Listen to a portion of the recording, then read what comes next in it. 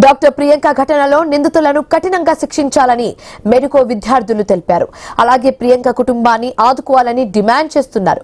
ఇప్పటికే sub collector కు memorandum సమర్పించారు. దీనిపై మరింత సమాచారం మా ప్రతినిధి గణేష్ అందిస్తారు. ప్రసాద్ ఆదిత్య మాల్లో జరిగినటువంటి ఘటనను ఐ న్యూస్ ఎప్పుడైతే వెలుగులో తీసుకొచ్చిందో వెంటనే కూడా అందరూ రెస్పాండ్ అవుతున్నారు. అధికారులు కలుస్తూ కఠిన చర్యలు తీసుకోవాలని కోరుతున్నారు. ప్రస్తుతం మనం చూస్తున్నాం కదా, రాజమహేంద్రి మహిళా కళాశాలకు సంబంధించినటువంటి విద్యార్థులను సబ్ కలెక్టర్ కలిశారు.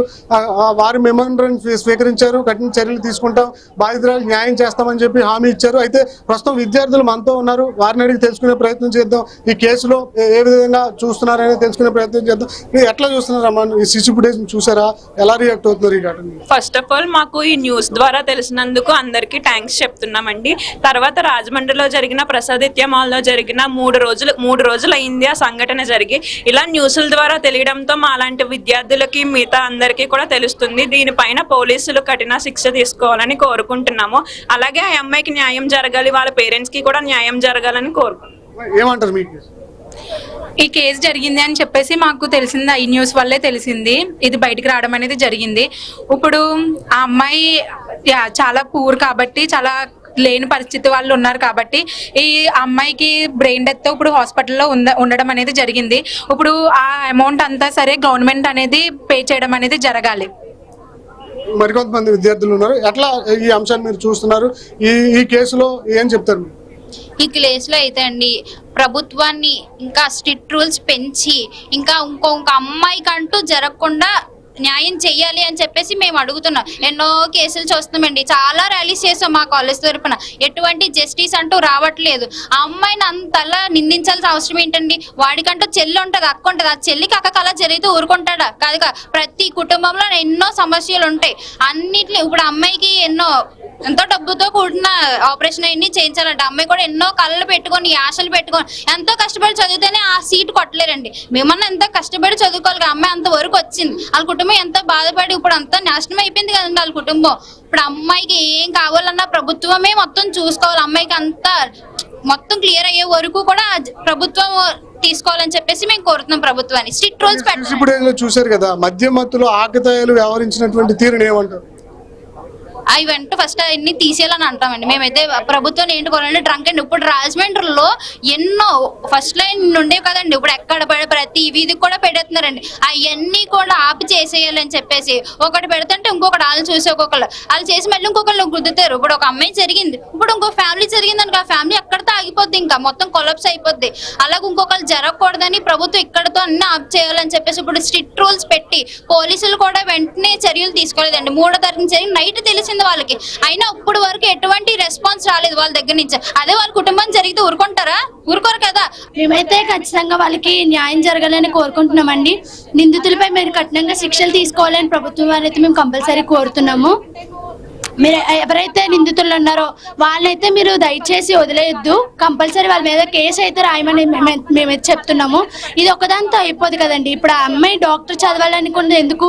అలా ఎవరికైనా హెల్ప్ చేయాలి, సేవ చేయాలని చెప్పి సర్వీస్ ఇవ్వాలని చెప్పేసి అమ్మాయి చదివి, ఇప్పుడు అదే హాస్పిటల్లో అమ్మాయి అక్కడ అలా బెడ్ మీద అలా కఠినమైన పరిస్థితిలో ఉంది అంటే వీళ్ళు చేయడం బట్టే కదా. సో ఎవరైతే ఉన్నారో వాళ్ళైతే కఠినంగా శిక్షించాలి.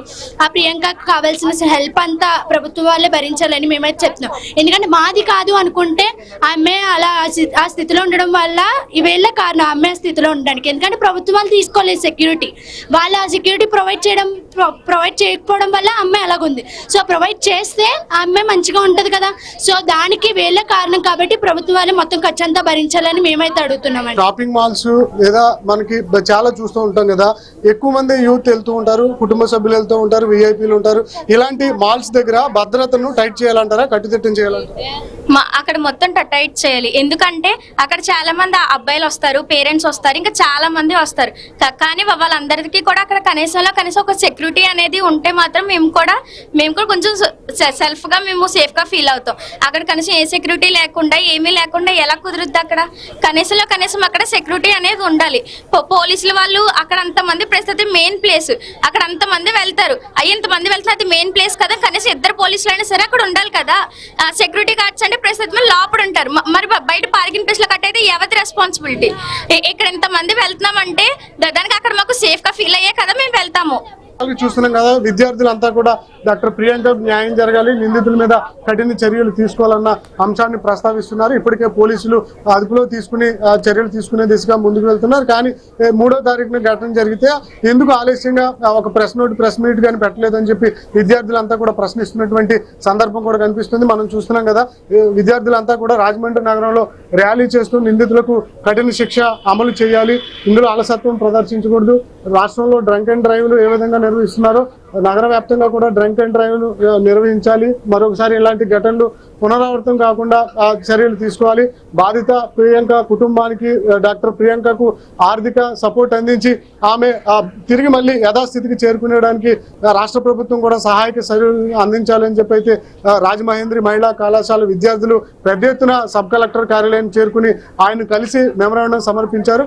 ఖచ్చితంగా దీని మీద పరిశీలన చేసి రాష్ట్ర ప్రభుత్వానికి తెలియజేస్తాం, బాధిత కుటుంబానికి న్యాయం జరిగే విధంగా చూస్తామని చెప్పి సబ్ కలెక్టర్ కూడా హామీ ఇచ్చారు. మొత్తంగా అయితే రాజమండ్రి నగరంలో జరిగినటువంటి ప్రసాదోచితమైన ఘటన అందరినీ కూడా కలిసివేస్తుంది. డాక్టర్ ప్రియాంకకు న్యాయం జరగాలని ఐ న్యూస్ తో పాటు ఏదైతే నిన్నటి నుంచి మనం వెలుగులో తీసుకొచ్చామో ఈ అంశాన్ని కూడా అందరూ ప్రస్తావిస్తూ న్యాయం జరగాలి, ఆ కుటుంబానికి ప్రియాంకకు నిందితులు కఠిన శిక్ష అమలు చేయాలన్న అంశాన్ని అయితే మనకు ప్రస్తావిస్తున్నటువంటి సందర్భం రాజమండ్రిలో కనిపిస్తుంది. కెమెరామెన్ బాలుతో Ganesh, I News, Rajahmundry sub collector కార్యాలయం.